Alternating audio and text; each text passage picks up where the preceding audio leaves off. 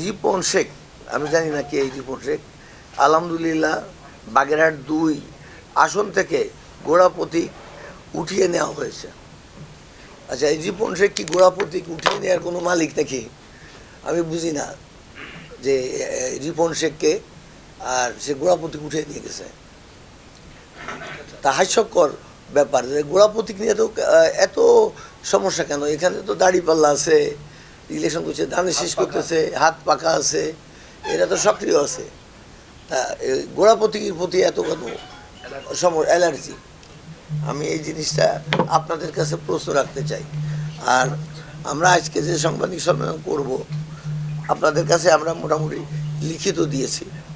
এ বাদও আপনারা জানেন যে আমি একসময় আমারই দল, আমার দলকে ধানের শীষ একসময় আমারই দল ছিল, এখনও আছে, আমার মনের ভিতরে এটা এখনও আছে। তা যেহেতু আমি নমিনেশন পাইনি বলেই আমি গোড়া প্রতীক নিয়ে দাঁড়িয়েছি। আমার গোড়া প্রতীক জিতলে এটাও আবার ওই ইয়েতে বিএনপিতেই যাবে, অন্য কোথাও যাবে না। কিন্তু আমার বিষয় হচ্ছে যে প্রার্থী হয়েছে তার এত দুর্বলতা কেন যে গোড়া প্রতীকের অফিস ভাঙতেছে কিছু গুন্ডা পান্ডা দিয়ে। আপনারা জানেন যাত্রাপুর আমাদের অফিসে একবার তালা মারছে, আপনারা দেখছেন।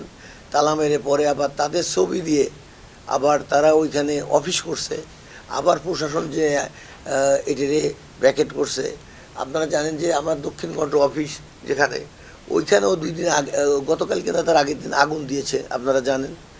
এবং যেখানে আমাদের কর্মী যাচ্ছে, ইভেন আমাদের এজেন্ট যারা, তাদের বাড়ি বাড়ি গিয়ে হুমকি দিচ্ছে, তোমরা যদি এজেন্ট থাকো গোড়া প্রতীকের তাহলে তোমাদের 13 তারিখে 12 তারিখের পরে 13 তারিখে দেখিয়ে দেবো তোমরা এই দেশে কীভাবে বসবাস করো।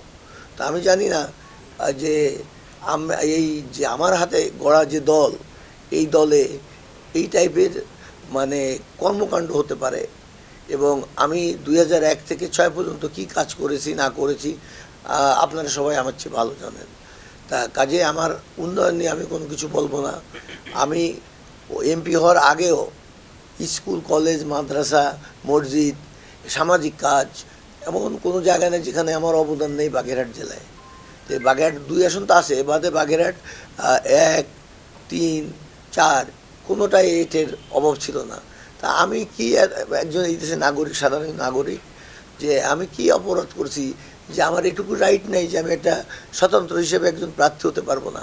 এবং যত রাগ ক্ষোভ সব আমার পরে, এবং আমার অফিস ভাঙ্গা হইতেছে। আমার দেখবেন শহরে কোথাও আমার পোস্টার নাই, ব্যানার নাই, এবং গ্রাম এলাকায় তো নাই।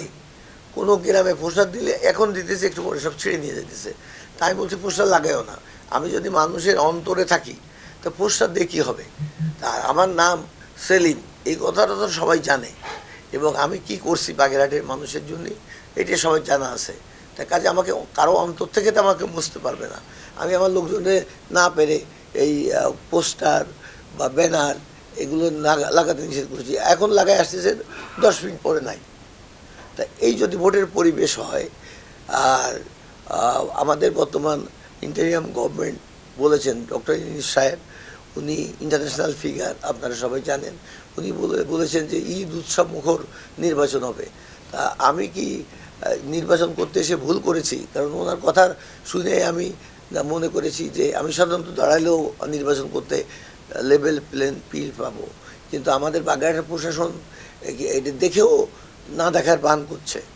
তা প্রশাসনের উচিত ছিল যে সমস্ত জায়গায় এগুলো ঘটতেছে, আমাদের একটা ছেলের চোখ তো নষ্ট করে দিয়েছে বেসরকারিতে, আপনারা হয়তো শুনেছেন। আরও ওই ইয়েতে গোপালপুরে সেদিনকে আমাদের অফিস ভাঙছে, এবং কচুয়াতে কোথাও যে আমাদের এটা কর্মী কাজ করতে পারছে না, তাদের বাড়ি যে রাত্রে হুমকি দিতেছে। কে দিতেছে বলুন? একজন প্রার্থী মাত্র, এটা অন্য কোনো প্রার্থী নাই, একজন প্রার্থী এই কাজটা করতেছে। আমি জানি না যে আমার হাতে গড়া দলে এরকম সন্ত্রাসী কার্যকলাপ হবে। আমি এটা জামাত তো আমাদের অফিস ভাঙছে না, ব্যানার ছিটতেছে না, তারাও কিন্তু জামাতের ব্যানার ছিটতেছে না, কিন্তু তারা হাত পাখারও ব্যানার ছিটতেছে না, হাত পাখালেরও আমার কোনো ব্যানার ছেড়ে না। কিন্তু ধানের শীষে আমার হাতের গড়া যে দল, সেই দলের লোকজনেই আমার প্রতি এত ক্ষোভ কেন?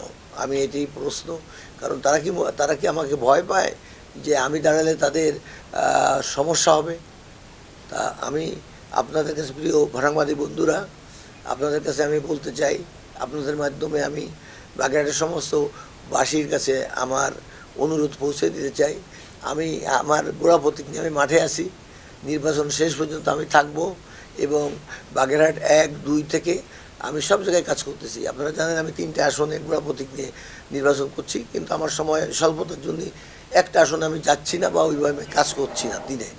তা কাজে আমি 1 আর 2-তে আমার সব জায়গায় এজেন্ট দেওয়া হয়েছে। আমার এজেন্টগুলো যেন কালকে সুষ্ঠুভাবে বসতে পারে এবং তারা যেন সুষ্ঠুভাবে বাড়ি ফেরত যেতে পারে, এটা আমার প্রশাসনের কাছে অনুরোধ আপনাদের মাধ্যমে, যে প্রশাসনকে কথা বললে তারা সব বলে দেখতেছি, কিন্তু দেখতেছে কেমন ওই মানে যেমন সৎ সৎ বাচ্চা যেমন হয় এরকম তাকে দেখতেছে, যে কেউ মানি আপন মা আর কেউ সৎ মা।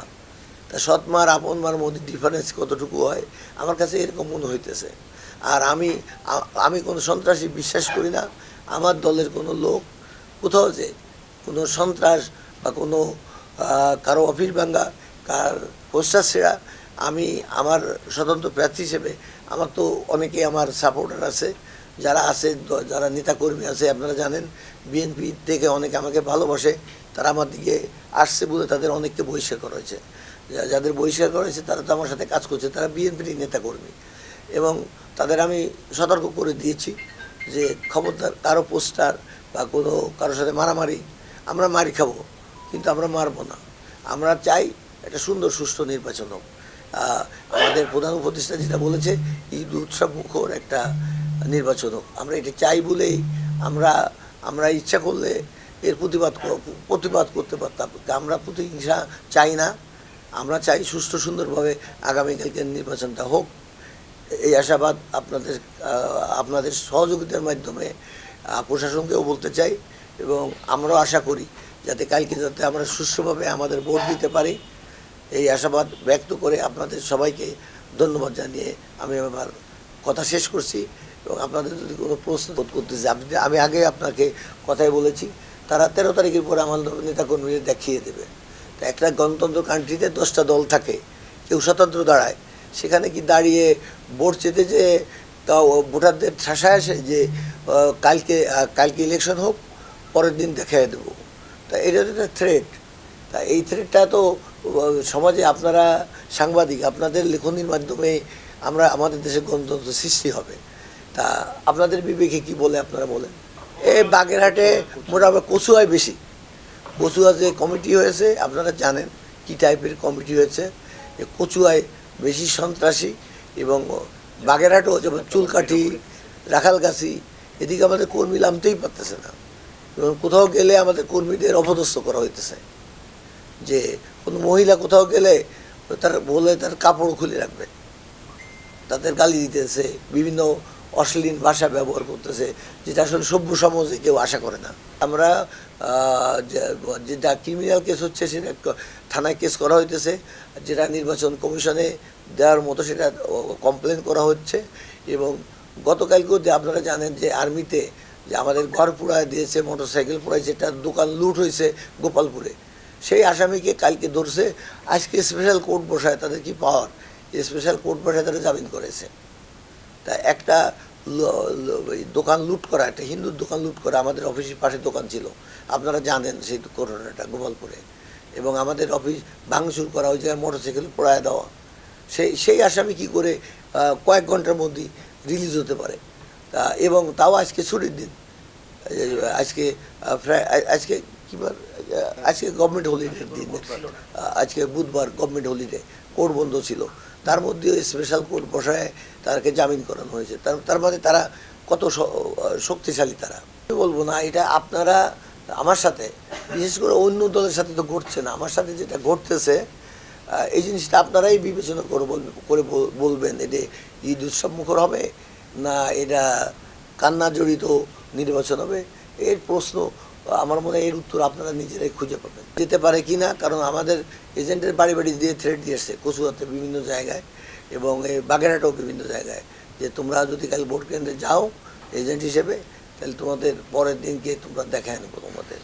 এবং চিতলমারিতেও এরকম করতেছে।